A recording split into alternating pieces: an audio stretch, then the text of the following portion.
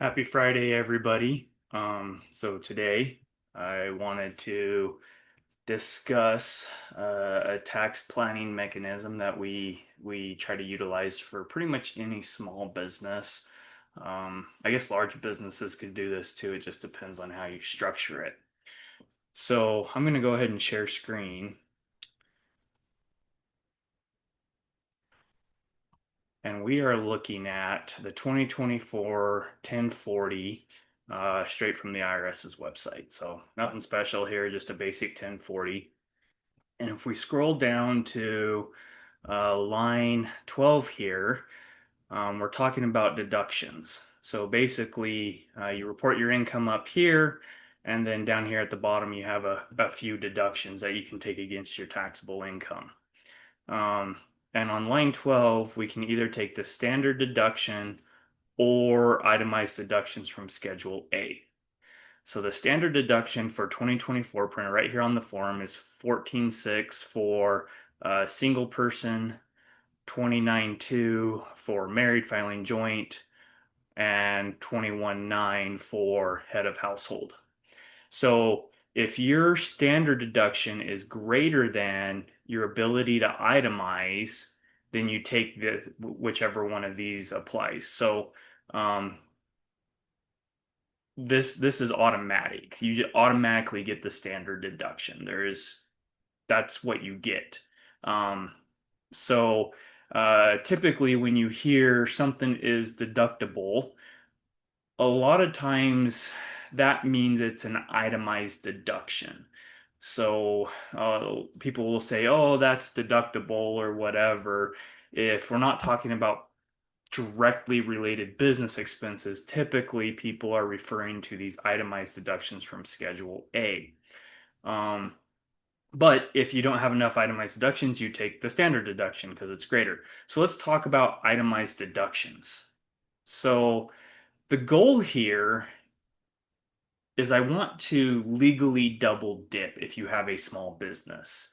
And I'm going to go through these different deductions and explain how we do that pretty quickly. Um, because if we're able to take the itemized deductions as business expenses on our 1040, we are still getting the standard deduction. So now we're able to legally double dip because we take our itemized deductions as a business expense, which lowers the taxable income up here.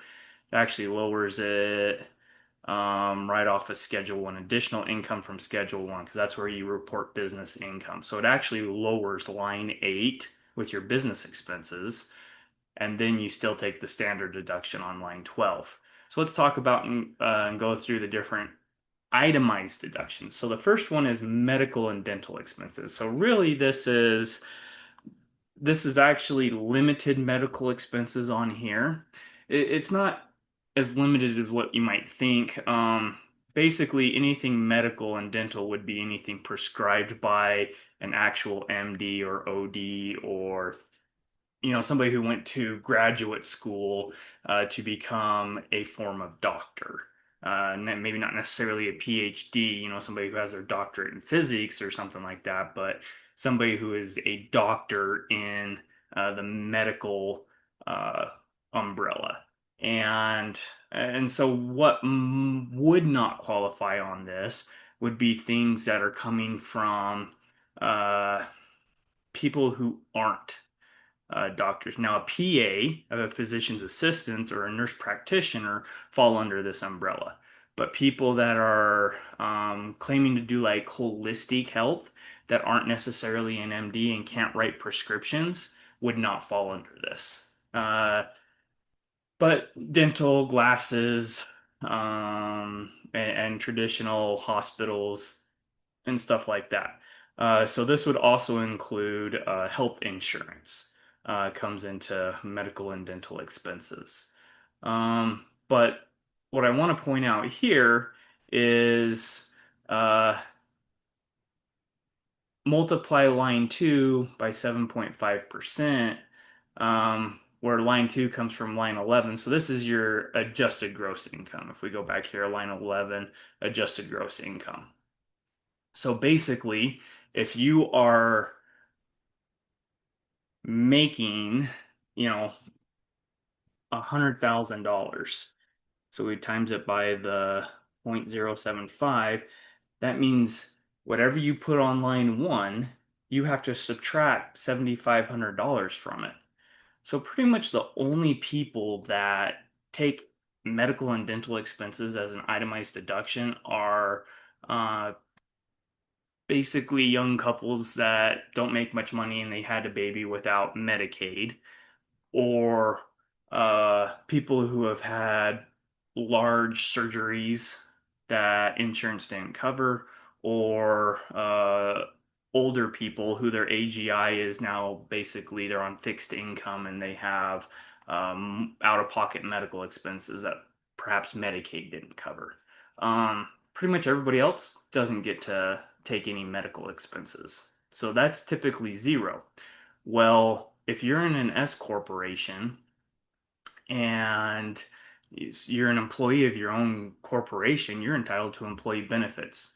So this line can completely fall underneath employee benefits. So health insurance, you get to take self-employed health insurance anytime you own a business. And then if you have health insurance, you can take a 100% medical reimbursement plan. And that you can get more aggressive on how you define what is covered by that medical reimbursement plan. Other options would be through an HSA, health savings account. So basically, any money you put into the health savings account would be a direct write-off, plus your health insurance is a direct write-off. And so those are a couple ways that you can move this line out of itemized deductions and put it into a business. The next one is taxes you have paid, and this is state and local taxes, not federal taxes. So federal taxes aren't deductible at the federal level, but state and local taxes are. So the first one is state and local income taxes or general sales tax. And this is a direct formula based on how much money you've reported in AGI to calculate general sales tax, or you take state income tax. Also in here is state and local real estate taxes. However, right here it says you can only take $10,000 if uh, as a as an expense. So if you have state income taxes and real estate taxes that are greater than $10,000, too bad. It's now been limited to $10,000 and everything else disappears. So what do we do here? We're able to move this into a home office deduction. So there's a whole bunch of different opinions on home office deductions. I wouldn't say we're overly aggressive on it, but we do define it clearly for the way we take it. And because of that, we're able to move some of this real estate taxes to a business and take it off of the Schedule A so that we're not even reporting very much in state and local taxes. Um, the next one is interest you have paid. And this is basically mortgage interest, and that's it. Uh, Home mortgage interest. It's capped at interest on mortgages up to $750,000 as of this year. Um, and and so if you have a mortgage greater than that, which with the rise in house prices, it's becoming very easy to have a mortgage greater than $750,000, and it's insane that we're getting there for an average home, but um, probably in the next couple of years it's going to be above that. But this can take up to I try not to really get deep into the weeds on this thing because I moved this off, but I think it's only on up to two mortgages or two properties. So basically, you could have uh, your it could be multiple mortgages, but on two properties. So this could be like your vacation home and your primary residence, or it could be an RV. An RV counts as a home for interest paid. Um, well, again, we try to use the home office deduction for this. So we try to move a large chunk of this off of Schedule A and put it into your business through the home office deduction. So both your property taxes and your interest on your mortgage are great expenses for your home office deduction. So now we've minimized interest, gifts to charity. So A couple years ago, the Supreme Court ruled that a for-profit business is incapable of making charitable contributions. Basically, if a CEO is required through fiduciary and trust laws uh, to maximize shareholder profit, they are incapable by definition of making charitable contributions. And so that flows through to a single member LLC that is also a for-profit business. You are incapable of making gifts to charity. But if your business makes a contribution to an organization that as an individual would be counted as charity, we call that advertising expense. So, you make a donation to your kids' school or the local scout troop or Girl Scout troop or some sort of your favorite nonprofit or organization or something doing something in your community or nationally. If you make it through your business, by definition, that's advertising expense. So we remove as much of this just by paying it out of your business account. If you want to contribute to a charity, pay for it out of your business account as advertising expense. Now, to solidify that, you need to have your name posted somewhere. So like a lot of like, I don't know, if you're donating to the local park renovation, usually large contributions or from like $500 up or something get a plaque or something, some sort of recognition. And that's why is because it's considered advertising expense for those businesses. So that's how we're able to move charitable contributions to a business's business expense and pull it completely off of here. Now, there is one exception to that rule. Tithing to an actual church would not be considered advertising expense. That has to be personal. That is gifts to charity. Now, uh, your business could contribute to the church sponsored scout troop, or if they're looking for donations towards a playground for the nursery, or if they have a preschool or something, um, or a remodeling of the church building itself. Typically, they you could make a charitable contribution to that and ask that your business be recognized. That would be advertising expense, but actual tithing paid to the church itself is considered gifts to a charity right here, and that can't be taken as advertising expense. Casualty and theft losses. Um, Usually, this is net of insurance. So if a hurricane came through and destroyed your house, and the house was valued at, let's say, $200,000, yeah, you live in a shanty. Um, and insurance only covered $150,000, then you could report a $50,000 loss here. So it's net of insurance. And then other itemized deductions, see list from instructions. So this is where a lot of people think they can take deductions. A lot of the deductions that we used to have were prior to Trump's 2017 Tax Act. And most miscellaneous itemized deductions you used to fall under here, and now they're gone. And those are things like unreimbursed employee expenses. So if you're a W-2 employee and you're paying stuff for for the job you work for that you're not getting reimbursed for. You used to be able to claim it right here, but that's gone now. And I'll show you the list. But basically, for most people, that'd be like door-to-door salesmen or something where they're driving their own car and paying for their own gas, but they're W-2 employees.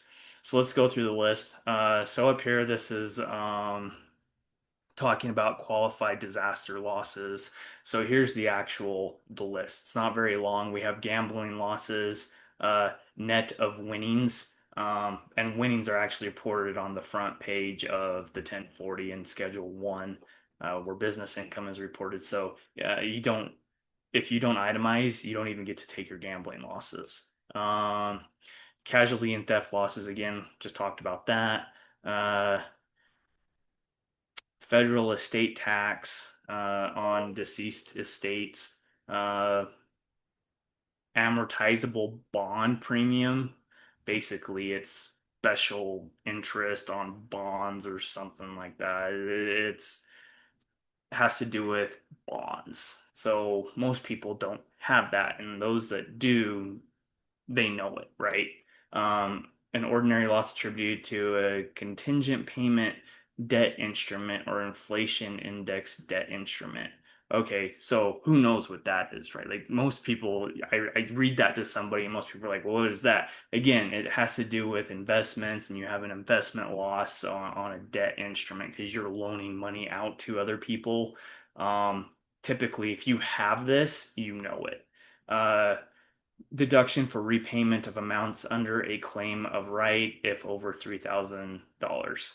Again, something very unique. Very few people have it, and if you have it, you know. Um, Certain unrecoverable investments in a pension. Okay, so if you have a pension, which most pensions are gone now, pretty much the only organizations that still offer pensions, actual legit pensions, are government agencies. Impairment related to work expenses of a disabled person. So you have to be disabled in order to claim anything here. So that's for most people, like probably 99% of the population, there aren't any other itemized deductions. So that's your your itemized deductions, medical expenses. We move to a business under employee benefits, taxes and interest. We move to a business under the home office deduction, and charity. We move to a business under advertising expenses. Everything else is immaterial. So we just took the largest chunk of itemized deductions and made them business expenses. So if we come back to here, now we've just lowered additional income reported on Schedule 1 that goes on line 8, and then we still take the standard deduction, and so now we have legally double dipped. So that is just one way having a business properly structured, typically as an S corporation, where you're an employee of your own corporation and entitled to employee benefits, is a way to legally double dip and lower your overall taxes. So I hope this video is beneficial to people, and have a wonderful weekend, and hopefully I'll see you next week.